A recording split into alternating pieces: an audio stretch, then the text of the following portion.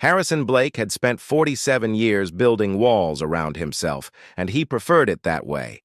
His corner office commanded respect, his investment firm managed billions, and his penthouse apartment offered solitude high above the city's chaos. The gray at his temples and the lines around his blue eyes spoke of decades spent focused solely on profit margins and quarterly reports.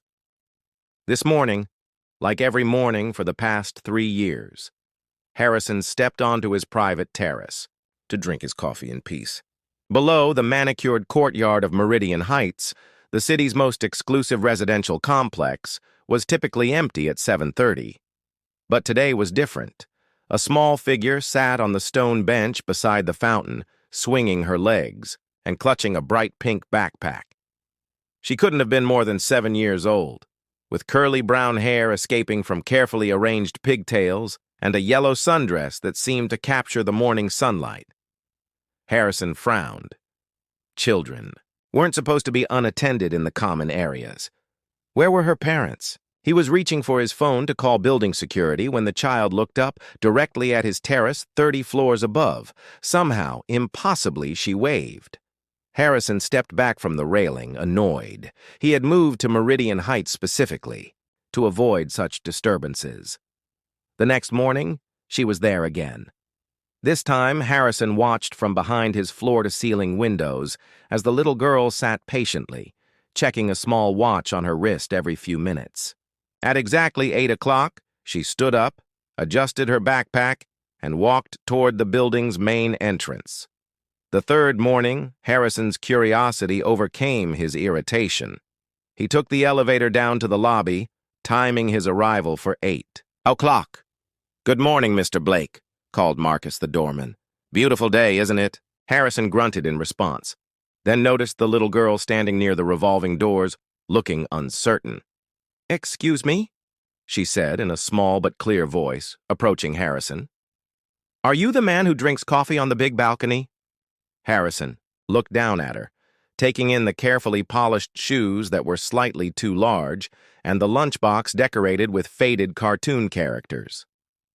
"I suppose I am. I'm Lucy Morrison. I live in 4B with my daddy." She held out a small hand with the formal politeness of a child who has been well taught. "Will you walk me to school?" Harrison stared at the outstretched hand as if it might bite him. "I'm sorry, what?" "Will you walk me to school? It's only 4 blocks, and I get scared walking by myself." "Where is your father?" Lucy's expression grew solemn. "Daddy has to leave for work really early. He drives the delivery truck for the grocery store, and he has to be there at 6 in the morning. Mrs. Chen from 4A used to walk with me, but she moved away last week." Harrison felt a familiar irritation rising. This wasn't his problem. "Surely there are other arrangements." "I asked Mr. Marcus," Lucy continued, gesturing toward the doorman, "but he can't leave his post. And I asked Mrs. Rodriguez from the 2nd floor, but she has baby twins and can't manage. What about calling your school? They must have programs. Daddy already works 2 jobs to pay for our apartment here. He says we can't ask for charity." Lucy's chin lifted with quiet pride.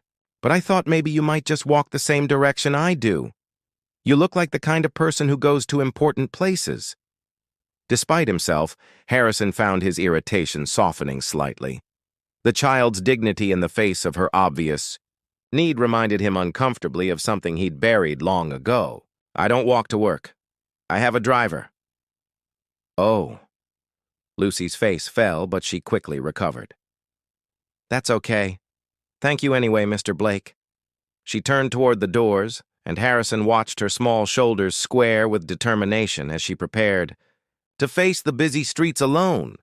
"Wait!" The word came out before Harrison could stop it. Lucy turned back, hope flickering in her brown eyes. "I suppose I could use the exercise. 4 blocks, you said?" Lucy's smile could have powered the entire building. "Yes, thank you, Mr. Blake." And that's how Harrison Blake, CEO of Blake Investment Group, found himself walking to Riverside Elementary, School at 8 o'clock on a Thursday morning, matching his stride to that of a 7-year-old girl who chattered about everything and nothing. "Do you have children, Mr. Blake?" "No." "Did you ever want any?" The question caught him off guard. Once, long ago, he and Rebecca had talked about children. But that was before the company consumed his life, before she left him for someone who remembered anniversaries and came home for dinner. I suppose I never found the time. Daddy says time isn't something you find, it's something you make. Like when he makes time to read me stories even though he's really tired. Harrison glanced down at her. "Your father sounds like a wise man." "He is. But he's also scared sometimes. I heard him on the phone with Grandma last week and he was crying. A little bit. He said he doesn't know if he's doing a good job raising me all by himself." Something twisted in Harrison's chest. "What happened to your mother?" "She got sick when I was little. Daddy says she's in heaven now, watching over us. But sometimes I think he wishes he had help figuring out how to be a mom and a dad both." They had reached the school. Children flowed around them like a colorful river, all backpacks and laughter and hurried goodbyes to parents. "Thank you for walking with me, Mr. Blake. Will you walk with me tomorrow, too?" Harrison looked at her hopeful face and felt his carefully constructed walls crack just slightly. "I suppose I could." "Really? Thank you." Lucy impulsively hugged his legs, then ran toward the school entrance, turning to wave before disappearing inside. Harrison stood on the sidewalk for a moment, wondering what he had gotten himself into. But the next morning, he was there, and the morning after that. Somewhere between Monday and Friday, their walks became the brightest part of Harrison's day.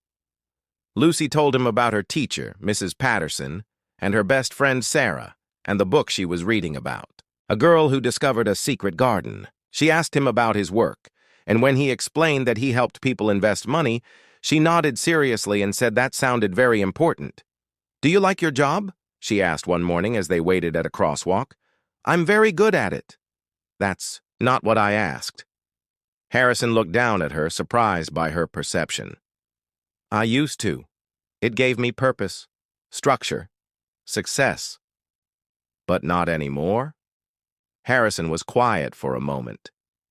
"It's lonely at the top, Lucy." "Maybe you're at the wrong top," she said matter-of-factly. "Daddy says the best view is when you can see everyone you care about."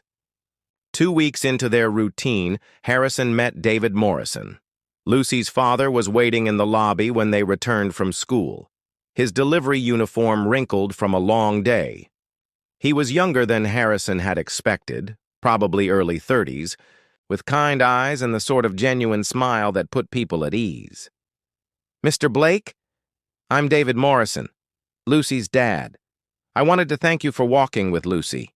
It means more than you know." Harrison found himself studying this man who worked 2 jobs to afford an apartment in Meridian Heights, who read bedtime stories despite exhaustion, who was raising a remarkable daughter with such obvious love and care. "She's a special child." "She is. And she talks about you constantly. Mr. Blake this, Mr. Blake that. I think you've become quite important to her." Something uncomfortable shifted in Harrison's chest. "I hope she understands this is temporary. When school ends for summer—" "Of course," David said quickly. "I don't want you to feel obligated. You've already done so much." That evening, Harrison stood on his terrace, looking down at the courtyard where Lucy played after school, her laughter drifting up to his penthouse like music. He thought about David's gratitude, about Lucy's trust, about the way their morning conversations had begun to fill spaces in his life he hadn't realized were empty. 3 months later, when Lucy didn't appear for their morning walk, Harrison felt genuine panic.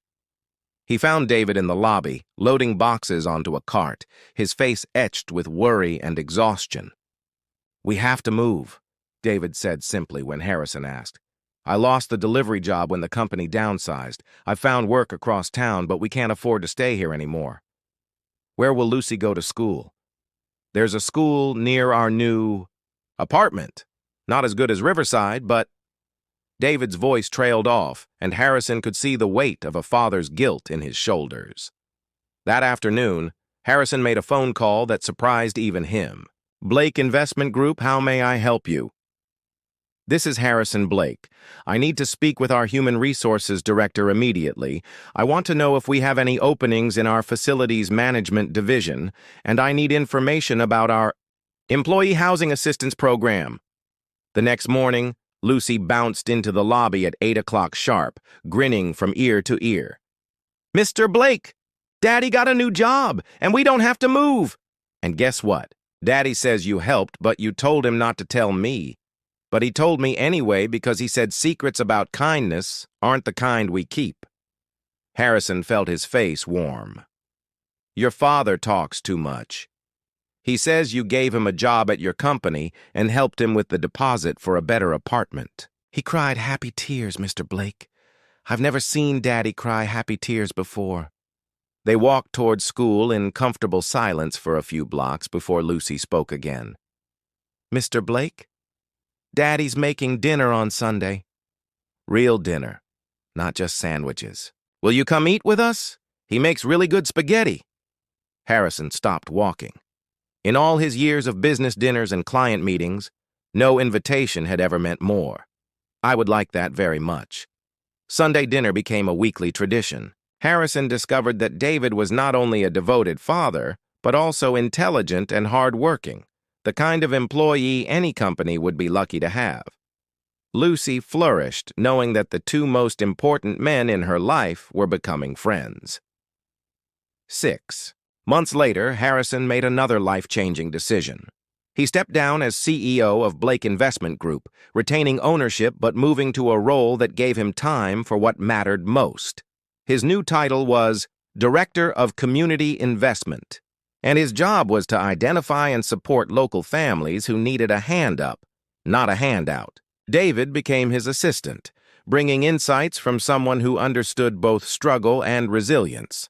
The program they created together helped dozens of families, but Harrison never forgot that it all began with a little girl who had the courage to ask a grumpy stranger to walk her to school. On Lucy's 8th birthday, as they sat in David's apartment sharing homemade cake, Lucy looked at Harrison with serious eyes. Mr. Blake, I'm glad I asked you to walk with me that day. So am I, Lucy, so am I. Daddy says sometimes the best things happen when we're brave, enough to ask for help, and sometimes the best thing we can do is say yes when someone asks. Harrison looked around the modest apartment that had become more of a home to him than his penthouse ever was, at the man who had become his closest friend, and at the little girl who had taught him that the most important investments aren't made in markets but in people. Your daddy is a very wise man, I know. But you're pretty smart too, Mr. Blake. You figured out that walking to school is better than riding in a fancy car. How's that, Lucy? Because when you walk, you can hold hands. And she was right. The view from the top was much better when you could see everyone you cared about.